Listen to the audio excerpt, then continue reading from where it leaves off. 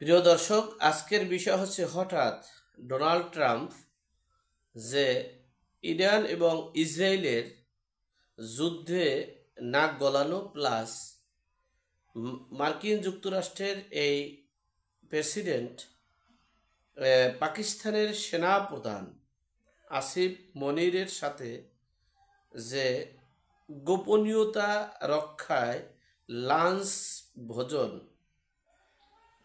নের আয়োজন করেছে এবং সেখানে কি কূটকৌশল এবং ষড়যন্ত্র করছে সে বিষয়ে সংক্ষেপে আপনাদের সামনে বিশ্লেষণ করার চেষ্টা করছি। দেখেন, মার্কিন যুক্তরাষ্ট্রের নবনির্বাচিত প্রেসিডেন্ট ডোনাল্ড ট্রাম্পের আগে তার একটা নির্বাচনী বাক্য আমরা আপনাদের সাথে শেয়ার করি। প্রথম বাক্য তিনি করেছিলেন, যদিও এ কথাটা পরে বলা লাগে, তারপর আপনাদের একটু স্মরণ করানোর জন্য আগেই বলে রাখি, পরে আপনাদের কথাগুলো বললে ক্লিয়ার হবেন।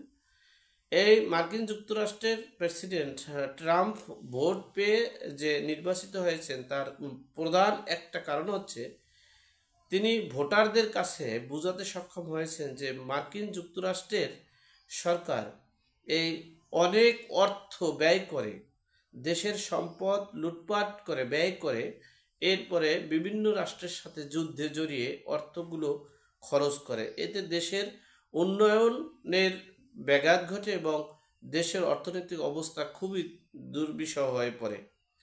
ডোনাল্ড ট্রাম্প যদি ক্ষমতায় আসে, আমি যদি ক্ষমতায় আসি, তাহলে এই যুদ্ধ বিধ্বস্ত করতে দেব না এবং আমাদের দেশের সম্পদ এই যুদ্ধের জন্য অন্য রাষ্ট্রের জন্য ব্যয় করব না, সেই প্রতিশ্রুতি নিয়ে কিন্তু তিনি নির্বাচিত হয়েছেন।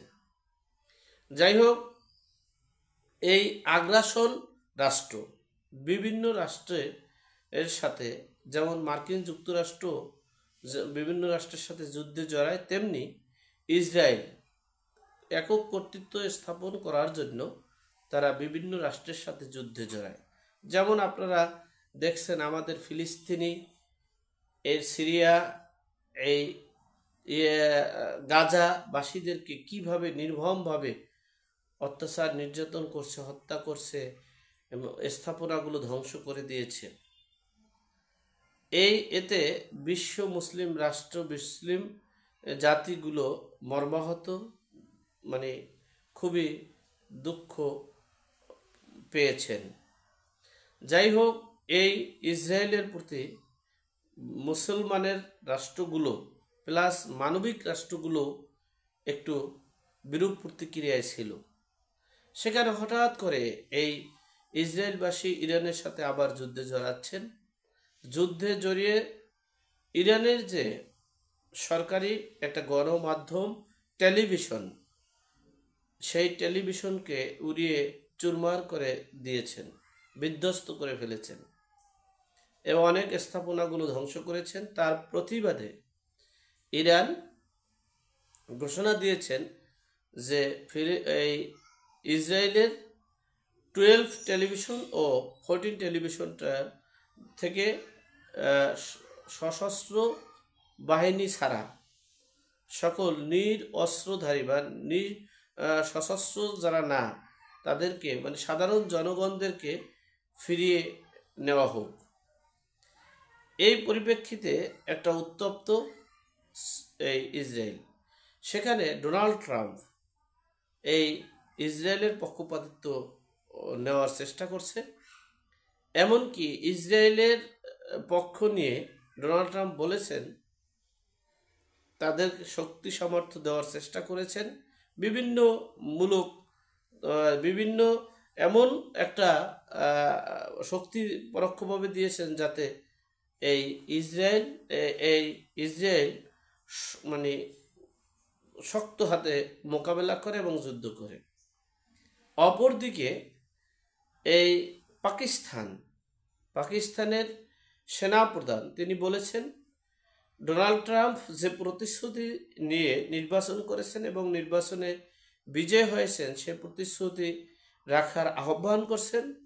অপরদিকে এই পাকিস্তান ইসরায়েলকে আহ্বান করেছেন যুদ্ধ বিরতি করার জন্য, যুদ্ধের স্থগিত করার জন্য সেনাপ্রধান। কারণ হচ্ছে এই ইসরায়েল এবং মার্কিন যুক্তরাষ্ট্র তারা বলেছেন যে খাদেমি অর্থাৎ ইরানের নেতা এই খাদেমিকে আমরা, সে কোথায় আছে কিভাবে আছে আমরা জানি, কিন্তু আমরা এখনই তাকে হত্যা করছি না, সময় মতো তাকে শেষ করে দিব। এই কথা শোনা এবং দুটো রাষ্ট্র উত্তপ্ত হওয়ার পরিপ্রেক্ষিতেই কিন্তু পাকিস্তানের সেনাপ্রধান এ বক্তব্য দিয়েছেন।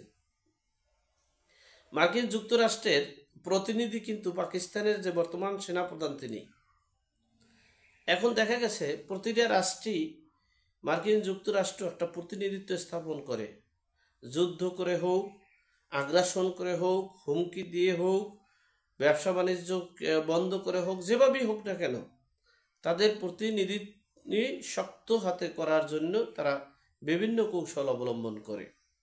সেখানে পাকিস্তানের বর্তমান প্রতিনিধি হচ্ছে সেনাপ্রধান।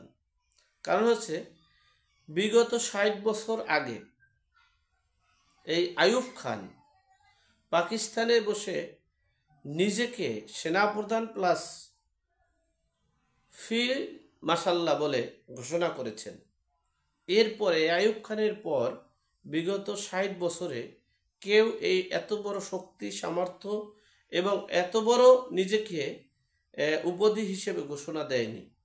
৬০ বছর পরে এই আসিফ মনির নিজেকে ফিল্ড মার্শাল বলে ঘোষণা দিয়েছেন।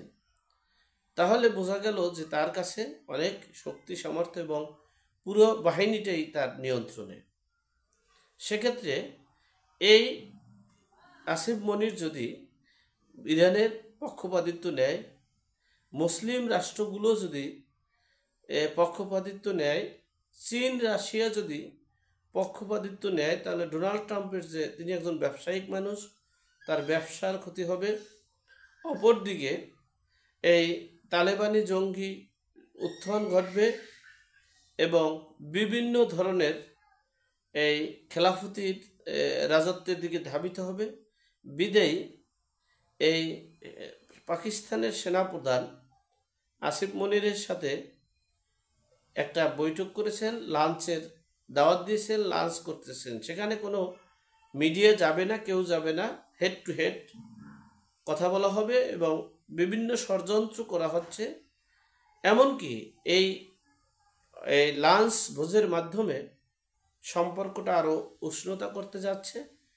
আর সেনাপ্রধানও চাচ্ছে এই মানে যুদ্ধটা যাতে মানে স্থগিত হয়, আলোচনার মাধ্যমে যাতে সমাধান হয়। আর যদি সেটা না হয়, ডোনাল্ড ট্রাম্প যে সিদ্ধান্ত নিয়েছেন, ইরান যে সিদ্ধান্ত নিয়েছেন, এমনকি বাংলাদেশের তৌহিদি জনতারা যে প্রস্তাব দিচ্ছেন যে সকল মুসলমান কান্ট্রি এক হয়ে ইরানের পক্ষপাতিত্ব করা, তাতে দেখা গেছে তৃতীয় বিশ্বযুদ্ধের আবির্ভাব হতে যাচ্ছে। এখন দেখার বিষয়ে সামনে কি হতে পারে। আল্লাহ আমাদের সকলের বিপদ আপদ বালা মুসিবত থেকে হেফাজত করুক। আমিন। আসসালামু আলাইকুম।